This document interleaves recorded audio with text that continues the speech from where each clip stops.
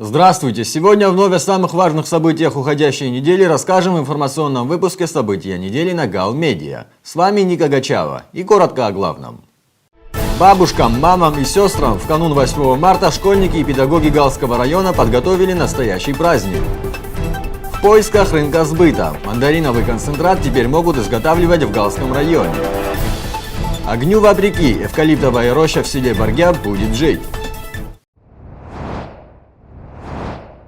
Глава государства в пятницу провел рабочее совещание с начальником Государственной службы охраны Дмитрием Дбар и председателем службы государственной безопасности Робертом Киут. Президент Аслан Бжания подчеркнул, что в поле деятельности силовых структур широкий круг вопросов, связанных с надежной защитой нашей страны от внутренних и внешних угроз. Подводя итог встречи, президент поручил Дмитрию Дбар и Роберту Киут перевести личные составы силовых структур на усиленный режим работы ввиду событий, имеющих место в соседней Грузии. Кроме того, президент Аслан Бжания провел совещание по повышению мобилизационной готовности. В нем приняли участие секретарь Совета безопасности Сергей Шамба, замминистра обороны по подготовке соединений и частей резерва Нодар Авицба, начальник Генерального штаба вооруженных сил Владимир Савченко, председатель службы государственной безопасности Роберт Киут. Системе внутреннего контроля и отчетности финансово-хозяйственной деятельности было посвящено совещание с главами городов и районов республики под председательством президента Аслана Бжания. Обсуждались темы водоснабжения, дорожной инфраструктуры, борьбы со стихийными бедствиями, динамики собираемости налогов и платежей, подготовки к туристическому сезону и другие. Руководители районов и городов доложили главе государства о ситуации на местах по всем обсуждаемым вопросам. Президент поручил руководителям районных и городских администраций систематизировать учет всех рабочих процессов, включая как выполненные, так и запланированные, а также ежемесячно отчитываться об их исполнении. Ближайший отчет запланирован на вторую половину апреля текущего года. Продолжается работа Республиканского штаба по борьбе с незаконной добычей криптовалют. За время деятельности в ходе рейдовых мероприятий было изъято 1796 аппаратов для добычи криптовалют. По состоянию на 6 февраля текущего года, с момента создания оперативного штаба по противодействию незаконной добыче криптовалют, общее потребление электроэнергии по стране за этот период снизилось на 18,7%. Такое снижение обусловлено сложением двух факторов – борьбой с незаконной добычей криптовалют и изменениями погодных условий. Работа оперативного штаба продолжается. Министерство внутренних дел Абхазии информирует, с 11 по 14 марта 2023 года в Галском районе Республики Абхазия силами и средствами службы государственной безопасности, Государственной службы охраны и Министерства внутренних дел Республики Абхазия проводятся учебно-тренировочные мероприятия. Правоохранители просят жителей и гостей Абхазии не поддаваться панике и ложной информации. Правоохранители продолжают борьбу с незаконным оборотом наркотиков. Смотрите материалы пресс-службы МВД Абхазии. Незаконные приобретения, перевозка, хранение наркотического средства в крупном размере вменяется жителю села Хопста Возба Аслану Анзоровичу, 1982 года рождения. Последний был задержан сотрудниками контрольного пункта милиции Мюсера в ходе проведения рейдовых мероприятий.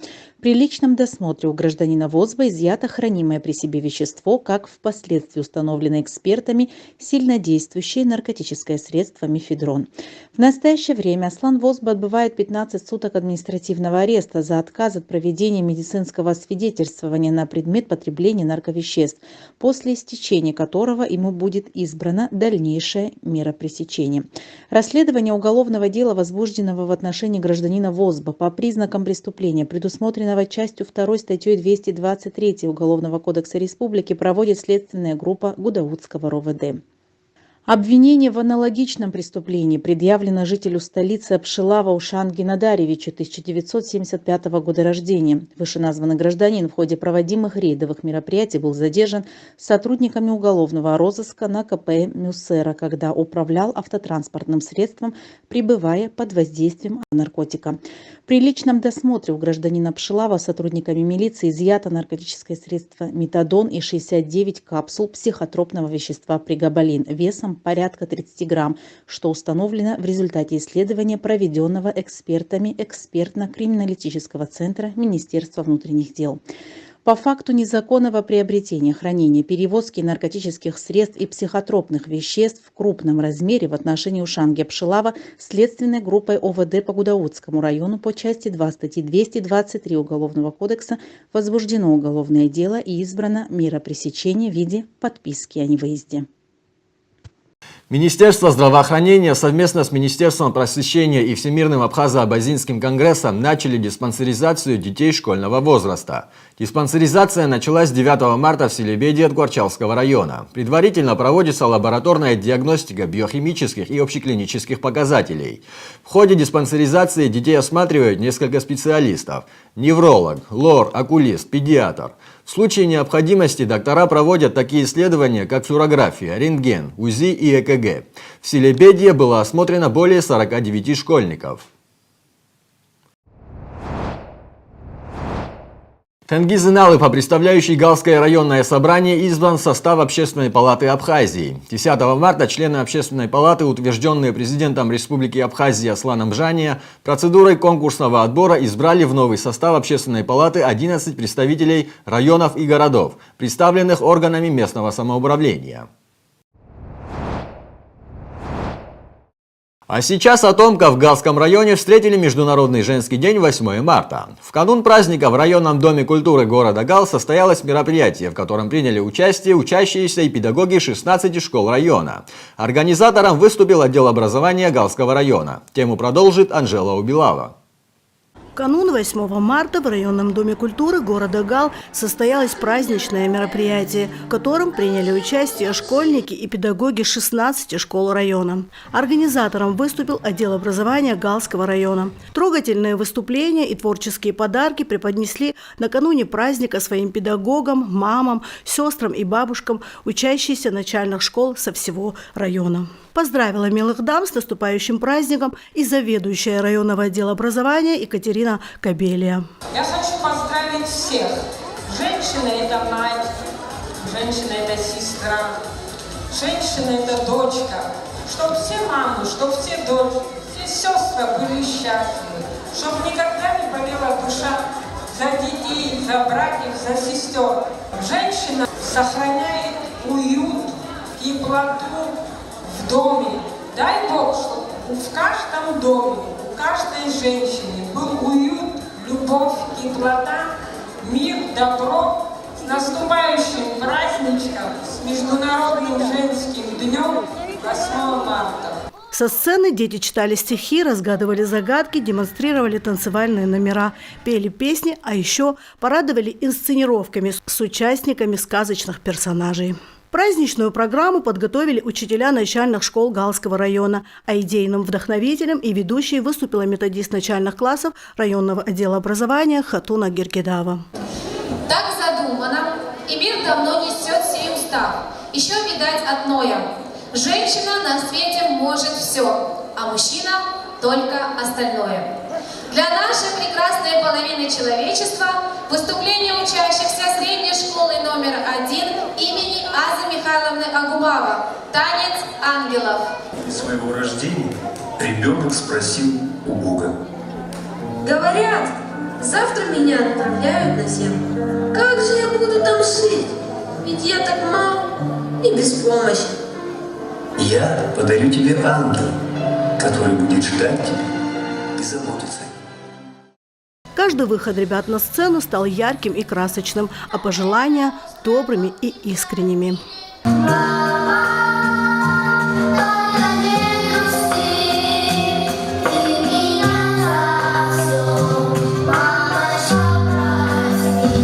Международный женский день 8 марта – праздник наших бабушек, мам, сестер, праздник любви и восхищения женщинами, самыми прекрасными созданиями на земле. Этот день торжества женской красоты, любви и наступающей весны прошел на славу благодаря выступлениям учащихся начальной школы и усилиям организаторов, у которых все было продумано до мелочей, чтобы создать весеннее настроение всем, кто успел попасть на праздничный концерт, посвященный Международному женскому дню.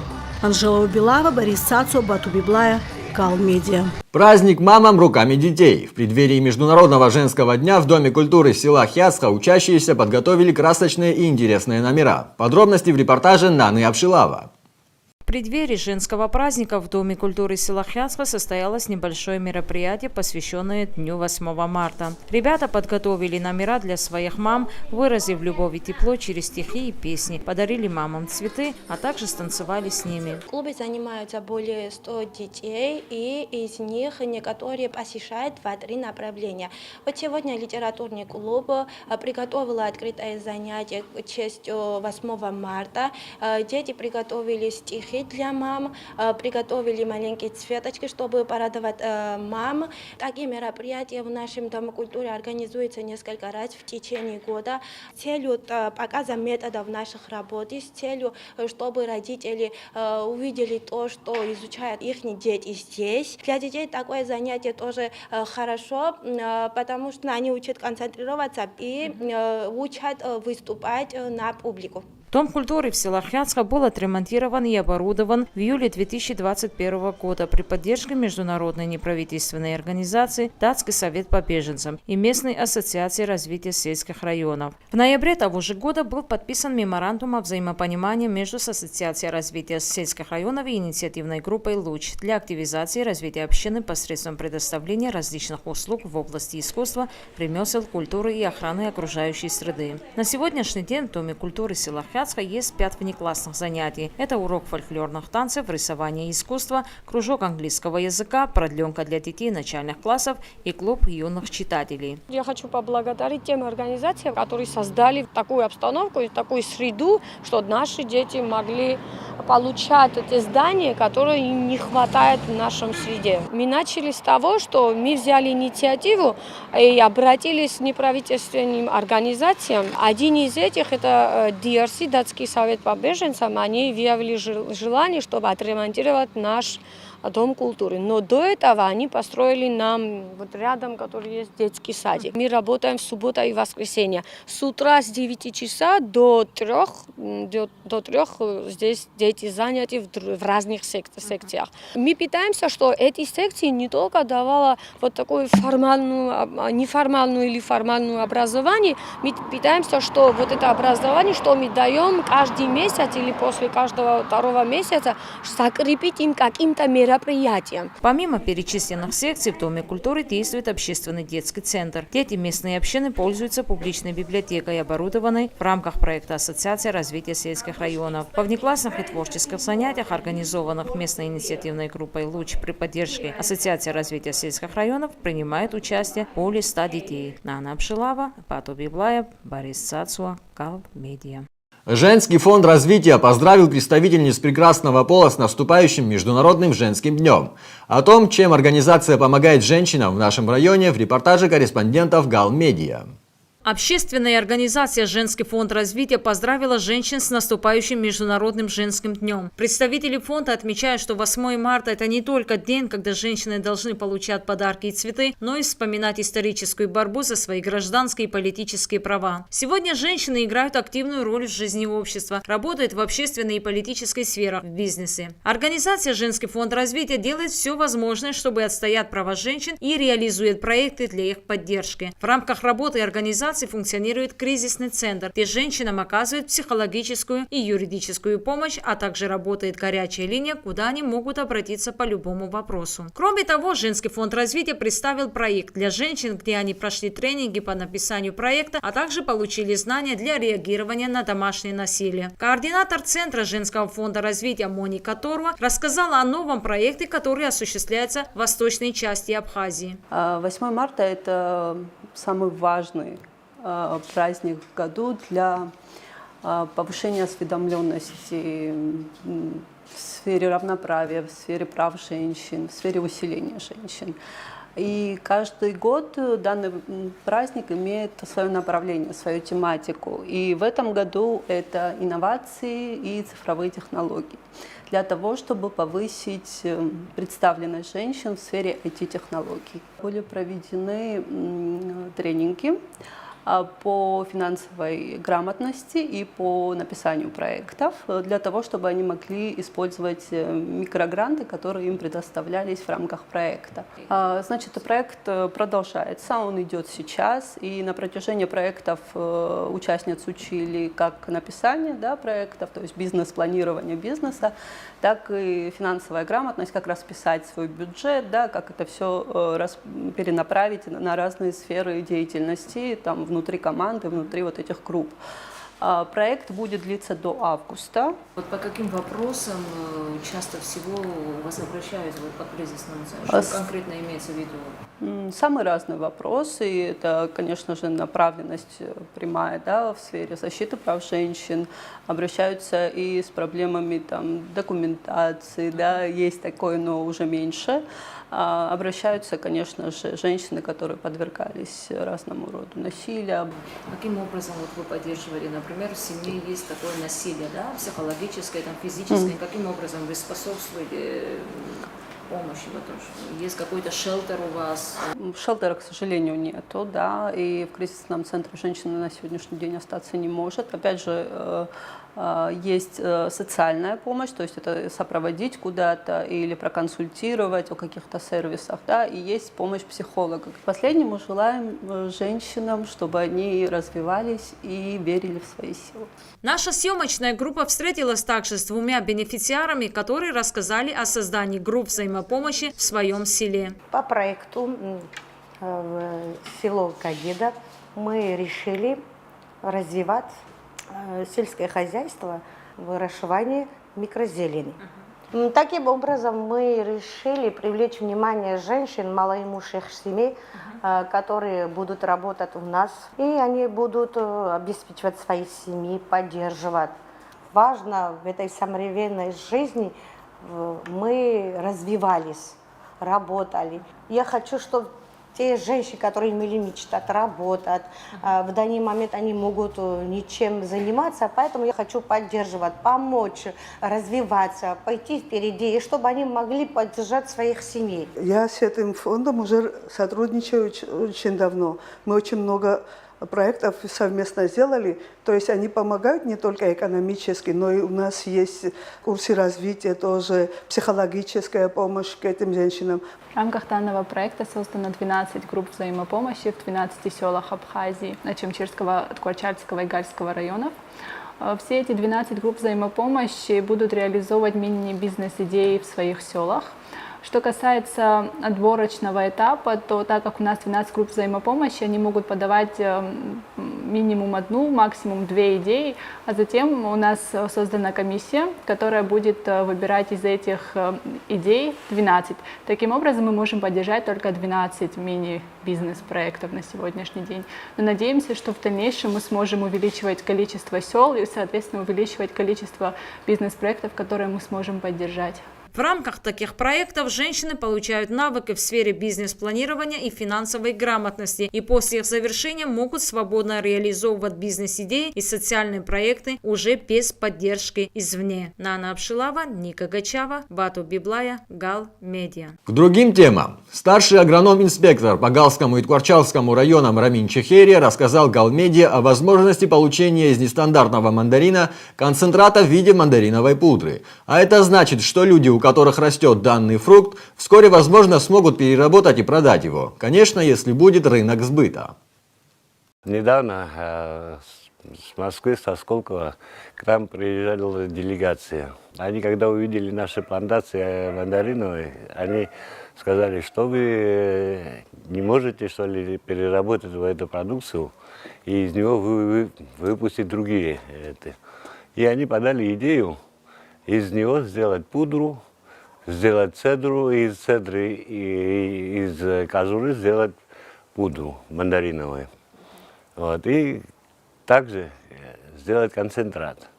Мы провели свои эксперименты на месте, и у нас получилась вот пудра, это из кожуры мандарина, а это у нас получилось из жмыхи пудра. То есть, значит, это в основном применяется в парфюмерии, применяется это при изготовлении тортов и разных этих. Ну а это применяется уже, и жмых применяется в медицине. Это все делается из нестандартных мандарин. То есть есть мандарины, которые у нас вот сегодня, мы видим, висят на деревьях, вот, из нестандартных. То есть стандартные мандарины мы можем и на рынке продавать, а это нестандартные переработать. По Гальскому району минимум мы выбрасываем в помойку до 6000 тонн и более. Вот это можно было бы переработать. 1 килограмм пудры сегодня по рыночной цене стоит 2600 рублей. Когда провели эксперименты мы взяли и им отослали все наши данные. И по сегодняшний день думаю, что этим заинтересуется российская сторона.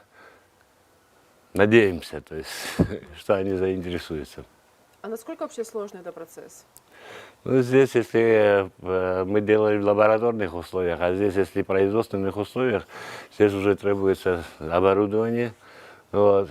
Это пресса, это сушильные шкафы.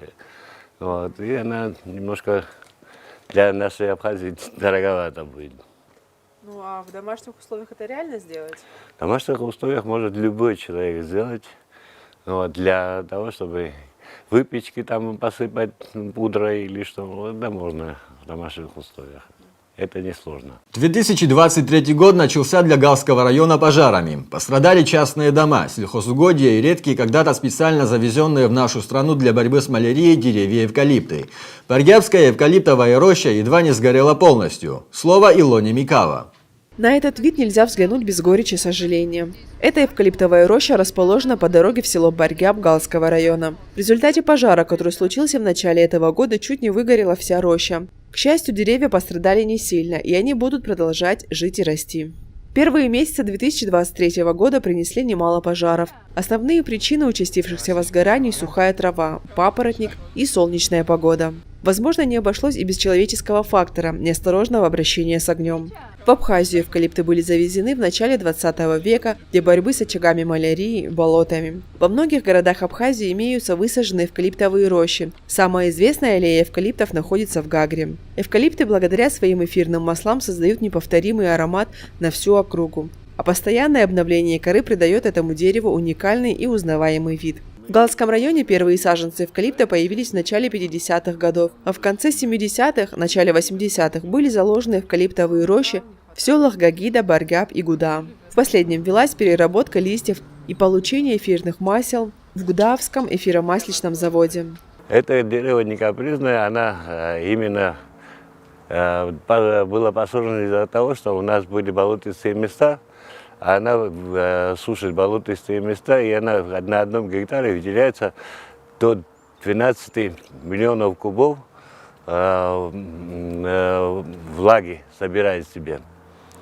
Вот. Она растет до 100 метров, может вырасти. Вот. Каждый год вырастает до 5 метров. Эвкалиптовое масло содержание от 2,5 до 4,5% в самих листьях. И после того, как вот возникли в Гудавах рощи, начали перерабатывать. И был у нас Гудавский перерабатывающий, это эфиромасличный совхоз, где делали именно эвкалиптовое масло, базиликовое масло. Но, к сожалению, сегодня этого у нас нету. Бывали ли случаи в Галском районе незаконной вырубки эвкалиптов? Ну, незаконные вырубки, как вам сказать, незаконных вырубок нету, как самих вырубок, а есть незаконные обрезки. То есть его обрезают, и листья уже, когда продают, вот это только, а вырубок как такового не существует. Это дерево у нас ремонтантное, то есть оно завезенное. И мы стараемся сохранить все виды. Видов эвкалипта большое множество, более 500. Но в условиях Галского района самым распространенным видом является эвкалипт серебряный или блестящий, а также пепельный и широколистный. Невысокое или среднего размера дерево. Они растут семенами. И те семена, которые попали уже в землю, они могут зайти. Но для этого, чтобы они взошли, нужно эти места огородить, чтобы скот не смог покушать. Но она сама является самого растения является ядовитым растением. Она к себе не подпускает вредителей и болезней, очень мало повреждается вредителями и болезнями. Самый большой вредитель у него это лесовертка. И болеет такими болезнями, как мучнистая роса, и листья болеют, и опять листья. Больше никаких заболеваний к нему не подходит. Потому что она отпугивает, своими эфирные масла отпугивает вредителей от себя. К населению обращение такое, чтобы не делали не разжигали огонь около территории, где находятся именно такие редчайшие деревья, как эвкалипты. Вот. А есть ли еще у нас в районе редкие деревья, которые под защитой? Из редких деревьев у нас и красное дерево есть. В единичных экземплярах, правда, есть. Вот разные виды, туи, разные виды, этих у нас есть. За ними идет полное наблюдение. Экологическая инспекция смотрим за этими деревьями. Наша республика славится уникальной и прекрасной природой. Море, озера, лес. Живописные каньоны и ущелья, горные хребты. Природа Абхазии – наше уникальное сокровище, и мы обязаны ее сохранить. Илона Микава, Борис Цацуа, Бату Библая, Гал Медиа. Утилизация мусора в Абхазии выходит на новый уровень. В селе Кацыкит Гулрыбского района уже готов к запуску полигон с линией сортировки мусора, сообщает «Спутник Абхазия». Здесь у нас начало мусоросортировочной линии, это цепной транспортер, здесь происходит приемка отходов, и дальше они поступают в разрыватель. Далее уже как, по сути, мелкую фракцию отделили, уже происходит непосредственная сортировка отходов. Климатическая кабина рассчитана на 12 рабочих мест. Люди руками будут отбирать все необходимое. Вот в этом месте у нас будет стоять металлосепаратор. Он висит над лентой и при помощи магнитов притягивает банки, жестяные крышки и выводит их с помощью отводящего лотка в отдельный бокс. То есть они уже отсортированы. Это прокалыватель PET-бутылок. Мы загружаем сюда бутылки, они прокалываются. И дальше по двум транспортерам поступает в пресс для прессовки, так скажем, для упаковки и уже для вторичного производства. Работы планируется закончить до пробного запуска в течение 10 рабочих дней.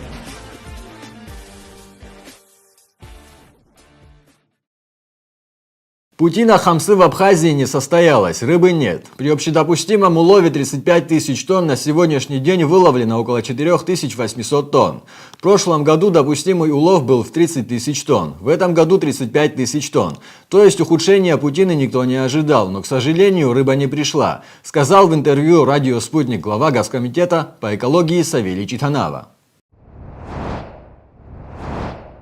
Сухомский «Нарт» стал обладателем Суперкубка Абхазии. 10 марта в Абхазии официально открылся футбольный сезон матчем за Суперкубок страны, сообщает пресс-служба Госкомспорта. В поединке за первый трофей сезона на Сухомском стадионе «Динамо» состоялся матч между Сухомским «Нартом» и Гудаутской «Рицей». Матч получился динамичным и зрелищным с множеством голевых моментов. Игра завершилась со счетом 3-2 в пользу сухумской команды. Лучшим игроком матча был признан Тимур Агарба.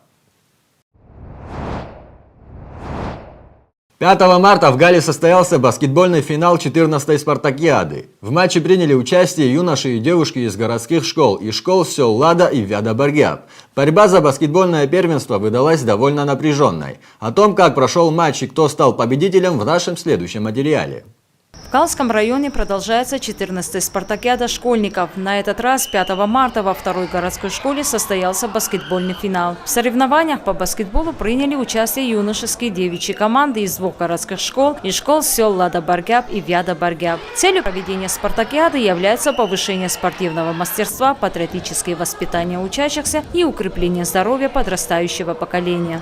Мы продолжаем проводить районную спартакиаду. В этот раз мы проводим финальную встречу по баскетболу. Благодаря тренеру Григорию Дату Галский район всегда выставляет хорошую команду на республиканском спартакиаде. Также баскетболисты активно принимают участие на чемпионате Абхазии и занимают призовые места. Хочу им пожелать дальнейших успехов.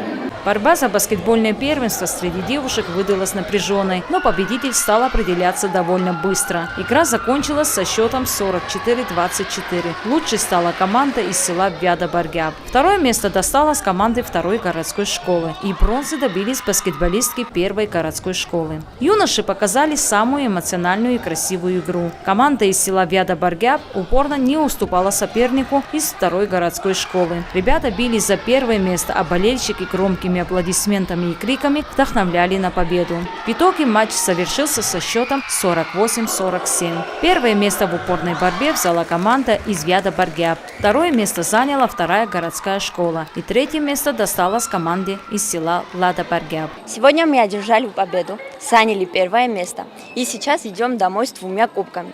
За это я хочу поблагодарить свою команду за отличную игру, а также своего тренера.